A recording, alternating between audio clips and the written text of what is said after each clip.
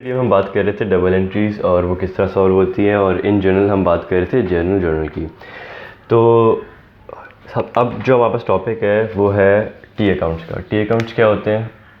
T accounts एक format है किस चीज़ का? समराइज़ करने का। क्या समराइज़ करना है?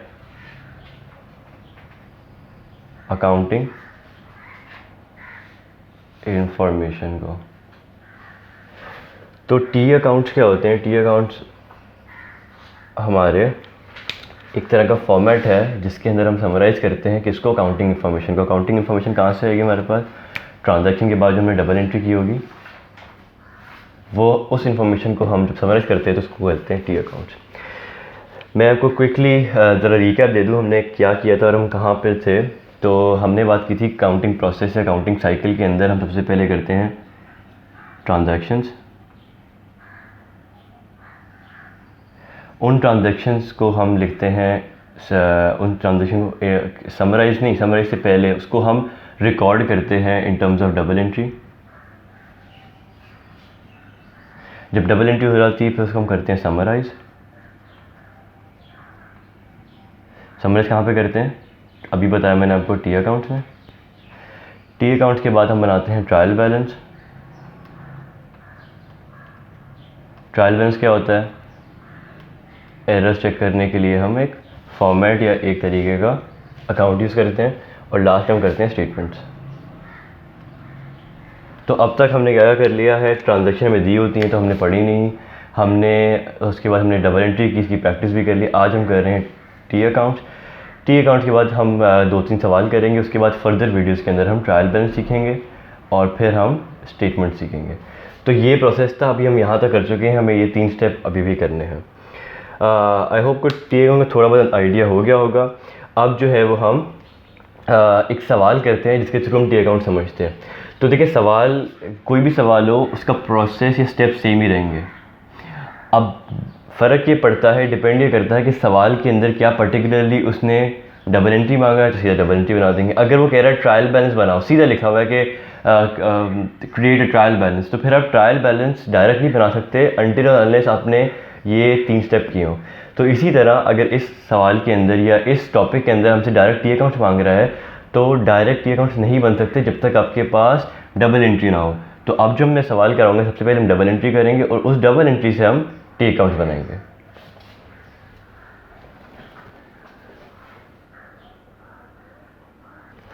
तो ये राइट साइड पे आपके पास एक क्वेश्चन आ रहा होगा, इसको देखते हैं। हमने डबल एंट्री करने के लिए 3 स्टेप्स या 3 से 4 स्टेप्स किए थे।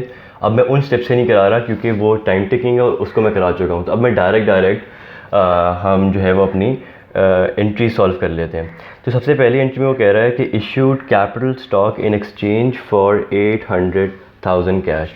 इसका मतलब क्या है? इसका मतलब वो ये कह रहा है कि बिज़नेस के अंदर 800 हमने स्टॉक इशू किए, मतलब हमने कैपिटल बिज़नेस के अंदर लेके आए, और किस फॉर्म के अंदर लेके आए? कैश की फॉर्म के अंदर। डेट लिख लेते हैं, डेट है 1 Feb, और क्योंकि कैश आ रहा है, एसेट बढ़ रहा है तो कैश डेबिट, और इन्वेस्टमेंट है तो कैपिटल क्रेडिट। अमाउंट क्या है? 800,000।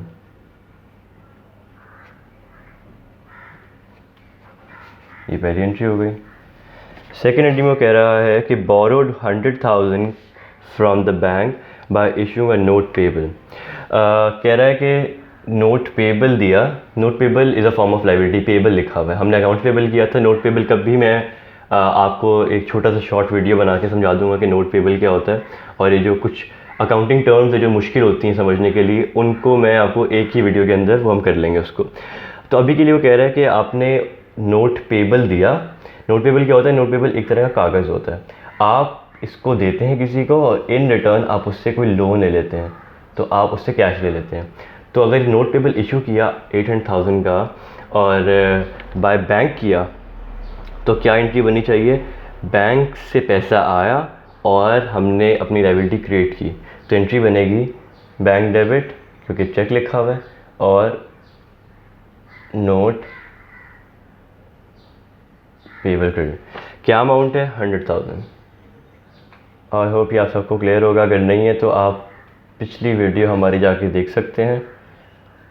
जो कि जिसके अंदर मैंने बहुत आराम से बहुत डिटेल के अंदर 2-3 सवाल भी कराए थे, 30 ट्रांजैक्शन भी कराई थी और उनको एक्सप्लेन भी किया था। अच्छा, एंट्री नंबर 3 कह रही है फेब 8 को क्या हुआ है, पहले मैं लिख लेता हूँ। फेब 8 को क्या हुआ है, फेब 8 को purchase land, building, office equipment for 7540, मतलब 7,50,000 के अंदर लैंड भी लिया है, बिल्डिंग भी लिया, ऑफिस इक्विपमेंट भी लिया है।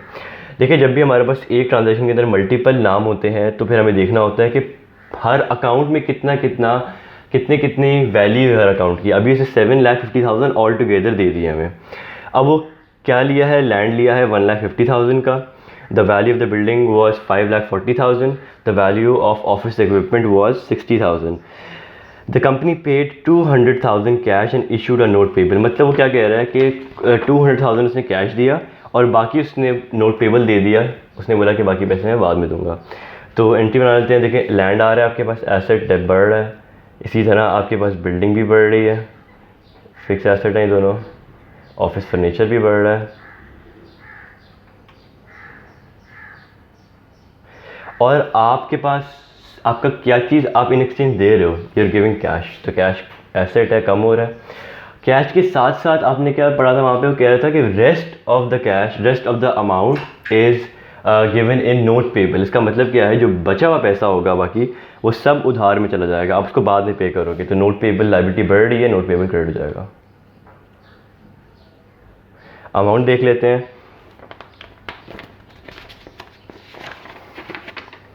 अमाउंट के हिसाब से हमारे पास 1,50,000 लैंड है, बिल्डिंग हमारे पास 5,40,000 है,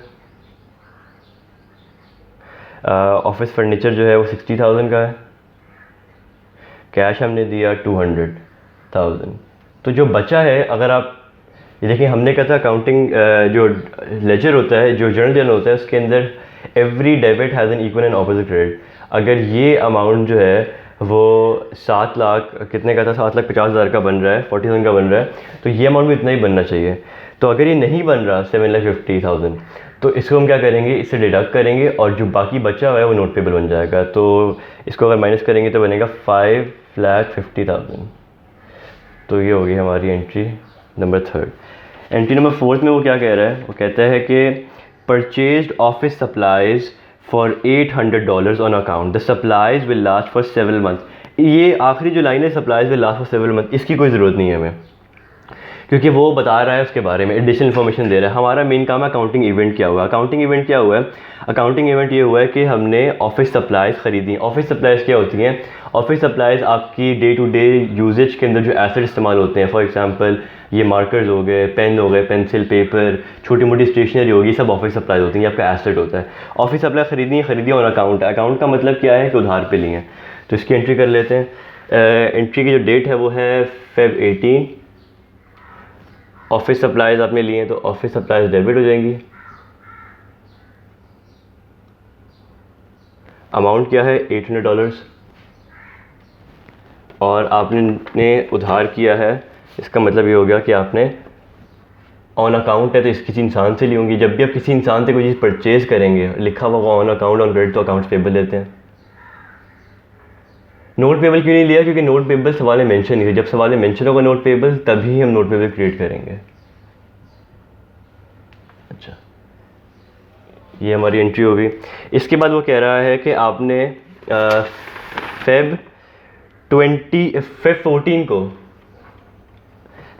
को क्या हुआ, paid the local newspaper 500 for a full page advertisement, the ad will appear in the print on February 18। हमें इससे गर्ज नहीं है कि जो हमारा एडवर्टाइजमेंट हम कर रहे हैं वो इन फ्यूचर डेट हो, हमें फ़र्क नहीं पड़ता। अगर अकाउंटिंग इवेंट हो गया है, कुछ एक्सचेंज हो गया है, जो कि यहाँ पर हमने $500 दे दिए, तो अकाउंटिंग इवेंट हो गया, इसका मतलब हमें रिकॉर्ड करना लाजमी है। ये ad will appear in February 18 हमारा इससे कोई गर्ज नहीं, this is the additional information about the event. खैर, तो एंट्री क्या बनेगी, ये एक्सपेंस है, एक्सपेंस बढ़ता है डेबिट होता है, तो यहाँ पे एडवर्टाइजमेंट एक्सपेंस डेबिट होगा और पेमेंट थ्रू कैश है। अगर मीडियम नहीं भी लिखा हो तब भी आप कैश एज्यूम करेंगे, ये भी हम बात कर चुके हैं। तो ये एंट्री हो गई। उसके बाद कह रहा है कि सेवरल फेब 20 तो क्या हुआ, several of the inject printer cartridges that इलेन purchase on February 11th were defected. मतलब क्या है कि उनके अंदर कोई ना कोई फॉल्ट था। The cartridges were returned and office supply store reduce एलेंस outstanding balance bye 200।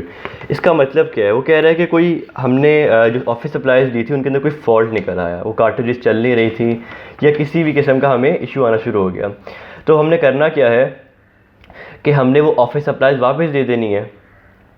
तो जब ऑफिस सप्लाई वापस देंगे तो सबसे पहले तो ये सोचा कि जब ऑफिस सप्लाई ख़रीदी थी तो क्या किया था, हमने अकाउंट्स पेबल क्रेडिट किया था और ऑफिस सप्लाईज वापस आ गई थी तो हमने डेबिट किया था। अब ऑफिस सप्लाईज चली गई, इसका मतलब क्या है कि हमने 600 रुपये की ऑफिस सप्लाईज वापस दे दी हैं, if I am not wrong, sorry 200 की सप्लाईज हमने वापस दे दी हैं।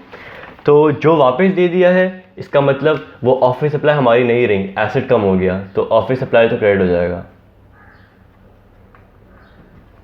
और अब जो हमारी लाइबिलिटी थी पहले 800 थी, अब 200 रुपये का जब सामान वापस कर दिया तो अब हमने 200 रुपये इसको नहीं देने, तो हमारी लाइबिलिटी भी 200 से कम हो गई। तो लाइबिलिटी कम होती तो करते हैं डेबिट, तो ये हो गया 200, तो ये होगा 200। ये कौन सी डेट थी, फेब, ये है हमारी फेब 20th। अगली एंट्री है हमारी फेब 22 की। फेब 22 क्या कह रहा है, performed consulting services for 14,000 cash. मतलब क्या है कि आपने जो आपका मेन कारोबार है, जो आपका मेन बिजनेस है, उसका फंक्शन ये है कि दे गिव सर्विसेज।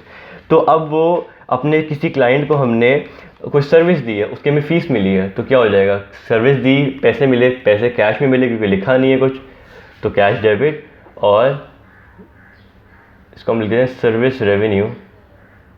आप सिर्फ रेवेन्यू भी लिख सकते हैं मगर सर्विस लिखेंगे तो ज़्यादा बेहतर है क्योंकि वो डिफ़ाइन कर रहा है कि किस तरह की हमने रेवेन्यू जनरेट की है। तो ये इतना था और अमाउंट है 14,000 कैश।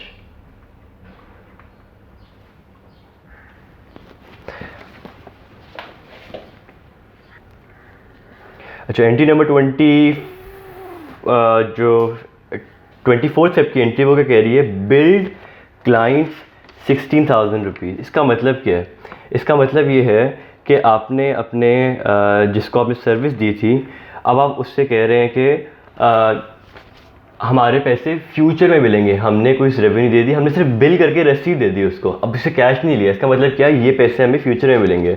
जब भी हमें पैसा फ्यूचर में मिलता है और वो हमारे कस्टमर की तरफ से होता है या हमने किसी को उधार दिया होता है, तो हम क्या करते हैं, अकाउंट रिसीवेबल डेबिट और द अदर अकाउंट जो भी हमारे बंदे का नाम है उसको क्रेडिट करते हैं हम, क्योंकि वो हमारी रेवेन्यू होती है। तो यहाँ पर हम क्या कर रहे हैं, एंट्री नंबर है 24। हमने अपने जो क्लाइंट है उसको हमने सिर्फ बिल करके दिया, हमने उसको बोला कि ये लो तुम्हारा इतना बिल है, पैसे तुम हमें फ्यूचर में देना। तो अकाउंट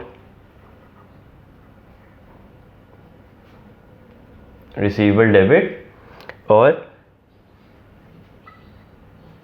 सर्विस रेवेन्यू, क्योंकि हमने उसको बिल, सर्विस हो गई है, पैसे वो बाद में दे रहा है, तो सर्विस तो दे दी हमने, तो हम उसको क्रेडिट करेंगे। तो अमाउंट आ जाएगा हमारे पास 16,000 रुपीज़।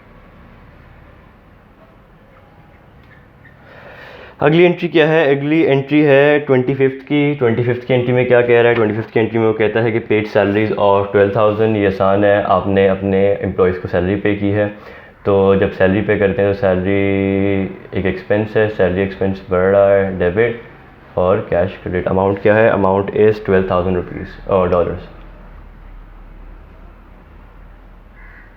अगली एंट्री में क्या कह रहा है, अगली एंट्री में वो कहता है कि paid the entire outstanding balance owed for office supplies purchased on 11th Feb. देखिए 11th फेब को जो हमने, अगर याद करें आप, और सामने आपके सवाल होगा उसमें आप देखें, आपने 800 रुपये का सामान लिया था, मगर पिछली एंट्री में जो कि एंट्री नंबर थी हमारी 20th फेब की, उसके अंदर क्या हुआ था, हमने 200 रुपये का सामान वापस दे दिया था। तो लॉजिकली देखें तो किसी बंदे से आपने 800 का सामान लिया, उसमें से 200 का सामान वापस दे दिया, तो अब आपकी डेट कितना रहेगा, 600 रुपये का, 600 डॉलर का।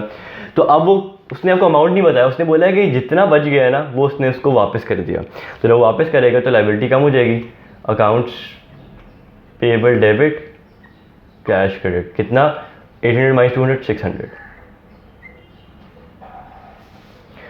अब हम इसके बनाते हैं टी अकाउंट। वीडियो थोड़ी लंबा हो गया है, तो ये जर्नल का हम एक पार्ट 1 कर देंगे और टी अकाउंट्स का हम पार्ट 2 कर देंगे। तो अब हम अगले इसमें जाते हैं।